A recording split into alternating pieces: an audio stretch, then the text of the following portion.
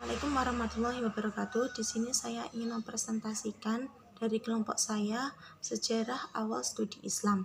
Studi Islam sebagai sebuah praktik sesungguhnya sudah berlangsung semenjak awal pertumbuhan Islam, yakni pada masa Nabi Muhammad SAW. Apa yang dilakukan oleh Nabi bersama para sahabatnya dari waktu ke waktu merupakan bentuk studi Islam yang sesungguhnya.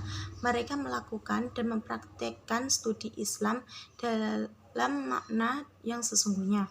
Namun demikian, apa yang tengah berlangsung pada masa Nabi tersebut belum bisa disebut studi Islam sebagai studi sebuah disiplin keilmuan yang dilakukan secara sistematis dan teratur. Namun demikian, di era ditandai dengan kesuksesan para sahabat Nabi dalam memahami, mengembangkan, dan menyebarkan agama Islam secara sangat monumental. Pada masa selanjutnya, studi Islam berkembang dengan lebih baik. Studi Islam berkembang searah dengan perkembangan lembaga pendidikan Islam. Aspek penting studi Islam yang tidak bisa diabaikan dalam masa keemasan Islam adalah perpustakaan.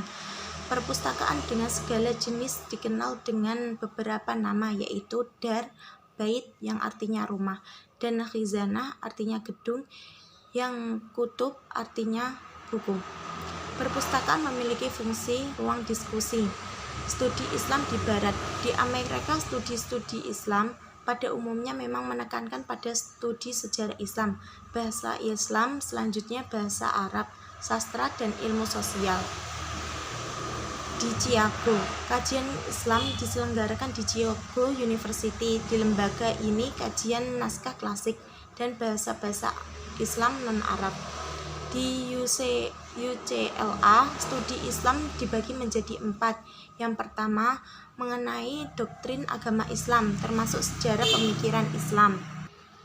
Yang kedua, bahasa Arab, termasuk teknis-teknis klasik mengenai sejarah, hukum, dan lain-lain. Yang ketiga, bahasa Arab non-Arab yang Muslim, seperti Turki, Urdu, Persia, dan sebagainya. Bahasa Arab dianggap telah ikut melahirkan kebudayaan Islam. Yang keempat, ilmu-ilmu sosial, sejarah bahasa Arab, dan sosiologi. Selain itu, ada kewajiban mengenai secara pasif 1 atau 2 bahasa Eropa. Di Inggris, studi Islam digabungkan dalam School of Oriental and Africa Studies. Kebudayaan di Asia dan Afrika. Salah satu program studi adalah program MA tentang masyarakat dan budaya Islam yang dapat dilanjutkan ke jenjang doktor. Di Kanada, studi Islam menekuni kajian Islam dan perdebatan Islam di zaman Nabi Muhammad sehingga masa kontemporer, memenuhi ajaran Islam dan masyarakat Muslim seluruh dunia dan mempelajari sebagai bahasa Muslim. Di Belanda yang dulunya menganggap tabu pelajaran Islam, ternyata masuk sejarah Islam itu sendiri. Di negara ini, kajian Islam dilakukan di Universitas Eden. Setelah studi Islam berkembangan begitu pesat di dunia barat, maka mulai tampaklah kelihatan dampak-dampak yang ditimbulkan mulai dari hal positif maupun negatif. Dampak positifnya, kehadiran Islam di Eropa Spanyol membawa perubahan dalam berbagai segi kehidupan masyarakat, terutama dalam aspek peradaban dan ilmu pengetahuan Islam. Perkembangan studi Islam di Indonesia terdiri dari sistem pendidikan sebagai berikut. Yang pertama, sistem langgar, yang mana masih sangat sederhana. Anak-anak belajar dengan duduk bersila, belum berkelas-kelas seperti sekarang. Pelajaran awal ialah belajar huruf Al-Quran atau huruf hijaiyah. Setelah pandai membaca huruf hijaiyah tersebut, baru membaca Al-Quran serta keimanan, ibadah, dan akhlak. Yang kedua, sistem pesantren. Ciri-ciri pondok pesantren adalah adanya kiai, santri, masjid, pondok, dan kitab-kitab Islam klasik.